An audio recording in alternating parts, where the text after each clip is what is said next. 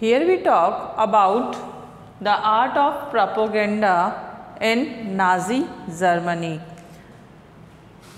Nazi Germany art of propaganda was responsible for establishing total control over its people in the following ways. Following ways का मतलब है कि किस तरह से उन्होंने अपना नाजी कल्ट प्रोपोगेट किया, माध्यम क्या था। Use of language and media for a greater effect, यानी कि नाजी कल्ट को ज़्यादा से ज़्यादा बढ़ाने और जो प्योर आर्यंस हैं वहाँ तक पहुँचाने के लिए उन्होंने अपनी एक लैंग्वेज जो सेट थी जर्मन उसको, और साथ ही जो मीडिया ने इसमें काफ़ी रोल प्ले किया। Use of media, Hitler was skilful projected as a मसीहा। हिटलर ने अपने आप को अपने तौर तरीक़ों से, अपने कल्ट से, अपने कामों से कह सकते हैं कि लोगों में अपनी एक अलग पहचान बना ली थी, यानी कि वो लोगों को एक भगवान, एक मसीहा के रूप में दिखने लगा था और लोग ये समझने लगे थे कि वास्तव में ये ही वो व्यक्ति है या ये ही वो भगवान है, मसीहा है जो हमारे दुख दर्दों को दूर करेगा। और ऐसा क्यों हुआ था? ऐसा इसलिए हुआ था क्योंकि वीमर रिपब्लिक की जो कंडीशन थी, इकोनॉमिक कंडीशन, वो बहुत ख़राब थी और वो लोगों की स्थिति को नहीं सुधार पा रहा था। और ऐसे टाइम में हिटलर का आना और पूरी जर्मनी की इकोनॉमिक कंडीशन और जो लोग थे उनकी कंडीशन को इम्प्रूव करना। हालांकि हिटलर ने बाद में जो ज्यूज़ या अनवांटेड, अनडिज़ायरेबल लोग थे उनको धीरे धीरे पावर में आने के बाद निकालना शुरू कर दिया था। तो उसी के साथ उसने पूरा यानी टोटल जर्मनी किस तरह से नाज़िज़्म में कन्वर्ट हो जाए उसने काम करना शुरू किया था। तो इसी सिलसिले में 1941 में उसने अपना जो प्रोपोगेंडा था वो इतना ज़्यादा तेज़ी से बढ़ाना शुरू कर दिया था कि लोग उसको अच्छी तरह से समझने लगे थे। अभी उसमें प्रोपोगेंडा के लिए उसने डिफरेंट टाइप ऑफ मिनिस्टर, यानी प्रोपोगेंडा यानी क्या होता है? प्रचार करना। अपने जो कल्ट था, एक जो कह सकते हैं कि जो हिटलर की सोच थी उसको बढ़ाने, फैलाने और लोगों में उसको अपनाने के लिए वो डिफरेंट टर्म्स को यूज़ किया करते थे, यानी कि वो लोग डायरेक्टली भी नहीं बोला करते थे। यूज़ डिसेप्टिव टर्म्स, अब वो क्या करते थे, जो रशियंस थे, ज्यूज़ थे, हैंडीकैप थे, अनवांटेड, अनडिज़ायरेबल, मतलब इस तरह के जो लोग थे जो प्योर नाजी नहीं होते थे, उनको हटाने के लिए वो डायरेक्ट किल और मर्डर उनका यूज़ नहीं करते थे। वो क्या यूज़ करते थे? Final solution, euthanasia, disinfection, evacuation, ये इस तरह के उनके कोड वर्ड्स थे जिन्हें वो यूज़ किया करते थे कि इन लोगों को हमें अब इस तरह से लेके जाना है। तो इवैक्यूएशन यानी क्या होता है? डिपोर्ट करना, यानी कि उनको वहाँ से हटा के दूसरी जगह ले जाना। डिसइंफेक्शन एरिया, गैस चैम्बर जो कि होल यूरोप में उन्होंने गैस चैम्बर्स बना लिए थे। होल यूरोप में मतलब उन कंट्रीज़ में जो कि उसकी फ्रेंडली कंट्रीज़ थी, वहाँ पे उन्होंने गैस चैम्बर डेवलप कर लिए थे और जर्मनी में तो थे ही, आउटसाइड ऑफ जर्मनी उन्होंने बनाए थे। तो वो डिसइंफेक्शन एरिया था। यूथनेशिया यानी जो डिसेबल्ड होते थे, जो नाजी खुद यानी जो नाजी जर्मनी को बिलोंग करते थे, उन लोगों को भी वो डिसइंफेक्शन एरिया में ले जाया करते थे।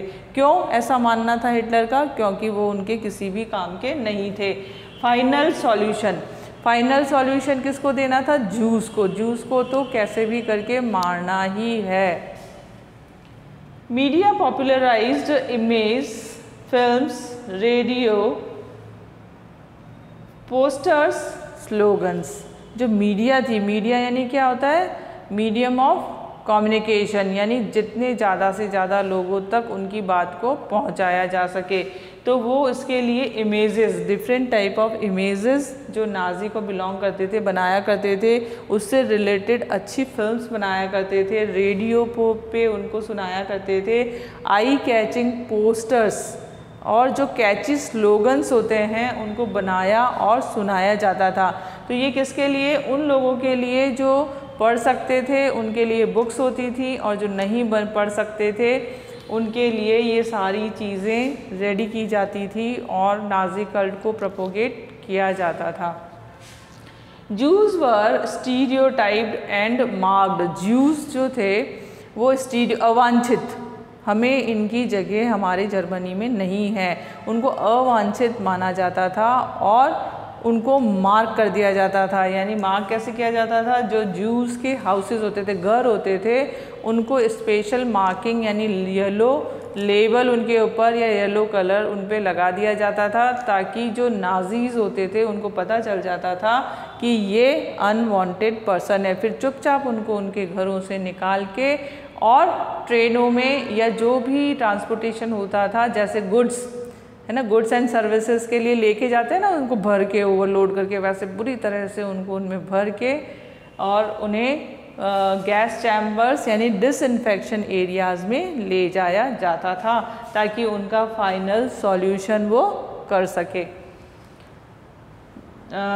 Refer to as women, breads and pets. और उन मतलब वो लोग अभी उनको क्या मतलब दिया गया था, उनको एक दर्जा जिसको देना बोलते हैं, माना जाता था कि ये वो कीड़े मकोड़े हैं जो एक समाज को ख़त्म कर देते हैं, यानी एक सोसाइटी को पूरी तरह से ख़त्म कर देते हैं। तो उन्हें विमेन, रैट्स एंड पेट्स यानी रोडेंट्स, कुत्रक, धीरे धीरे चीज़ों को ख़राब करने वाले जो जानवर होते हैं, कीड़े मकोड़े, उनका दर्जा उन लोगों को यानी ज्यूज़ और जो हैटर्ड पर्सन थे, अनवांटेड पर्सन थे, उनको दिया गया था।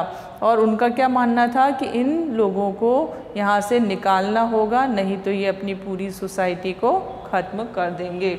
Suggested that Nazi can solve all problems. ये लोगों को सजेस्ट किया जाता था जो प्योर नाजीज़ थे कि जो नाजी हैं सिर्फ वो ही हर तरह की मुश्किलों का हल कर सकते हैं, सभी लोग नहीं कर सकते हैं।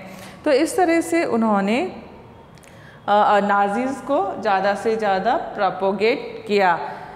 Equal efforts was made to appeal all section of the population and win their support for suggesting that only Nazi could solve their problem. The education curriculum was also crafted in that highlighted the supremacy of Nazi ideology. जैसे कि आपने इसके पहले वाले topic में पढ़ा कि जो छोटे बच्चे होते थे उनकी जो बुक्स थी वो रिटर्न कर दी गई थी, उसमें total Nazi curls and Nazi values थी जो बचपन से ही उन्हें सिखाना शुरू कर देती थी। और जैसे ही वो 10 इयर्स जंग वॉक को ज्वाइन करते थे और उसके बाद नाजी ऑर्गेनाइजेशन को ज्वाइन करने के बाद वो लेबर सर्विसेज में आ जाया करते थे। तो इस तरह से उन्हें रेडी किया जाता था और ज़्यादा से ज़्यादा उनसे अपील की जाती थी कि आप इन सब चीज़ों को मानेंगे तो बेहतर होगा। तो वो उन वैल्यूज़ को शुरू से ही अडॉप्ट करना शुरू कर देते थे और साथ ही उन्हें ज्यूज़ और अदर रेशियल ग्रुप से नफ़रत करना सिखाया जाता था ताकि वो उनके साथ किसी भी तरह के रिलेशन को न रख सके। Jews were popularized through subject like mathematics and children were taught to hate Jews. अभी उन्हें शुरू से ही उनसे नफ़रत करना सिखाया जाता था। Nazis never use the word kill or murder in the official communication. जब वो आपस में बातचीत करते थे तो इन शब्दों का वो प्रयोग करते ही नहीं थे। Annihilation was the stage of 1941 onwards, which states and Jews had no right to live. यानी कि 1940 आपको पता है कि जब हिटलर पावर में आया, पावर में आने के बाद 1939 में तो उन्होंने second world war broke out यानी शुरू कर दिया। फिर जैसे जैसे वो आगे बढ़ते गए, पोलैंड को उन्होंने अपने कंट्रोल में लिया। बस वहाँ से उन्होंने क्या कह दिया कि कि जो ज्यूज़ हैं उनको तो जीने का अधिकार है ही नहीं, इनको ख़त्म कर देना ही होगा। तो उन्होंने हर दिन हज़ारों की संख्या में ज्यूज़ को पूरे होल यूरोप से, टोटल यूरोप से लाना शुरू किया और उनको मारना शुरू कर दिया। That Jews had no right to live from Jewish houses. Concentration camp and ghettos from different parts of Europe were brought to death factories by good trains. The most notorious concentration camp in Poland and other places were Auschwitz, Blazg, Sobibor, Treblinka, Klemeno and Mazent. They were chair in gas chamber, यानी उनको gas chambers में जो कैसे दिखते थे, just like a bathroom की तरह से, वो जैसे बाथरूम होता है ना, टैप होता है, शावर लगा होता है, टब होता है, ऐसा उनको नज़र आता था। लेकिन वास्तव में वो क्या होते थे, गैस चैम्बर्स होते थे। और जो डिफरेंट कॉन्फिडेंशियल वर्ड होते थे, सीक्रेट वर्ड होते थे, उनको यूज़ करते हुए उनको, जिन्हें वो अनवांटेड मानते थे, डिफरेंट रेशियल ग्रुप्स को एक्सेप्ट नाजी, उन सबको वहाँ ले जाया जाता था और मार दिया जाता था। तो ये काम किसका था, ये Nazi and their propaganda minister and their siblings, जो उनके और मानने वाले लोग थे, वो ये सारे काम को किया करते थे। तो ये था art of propaganda of Hitler.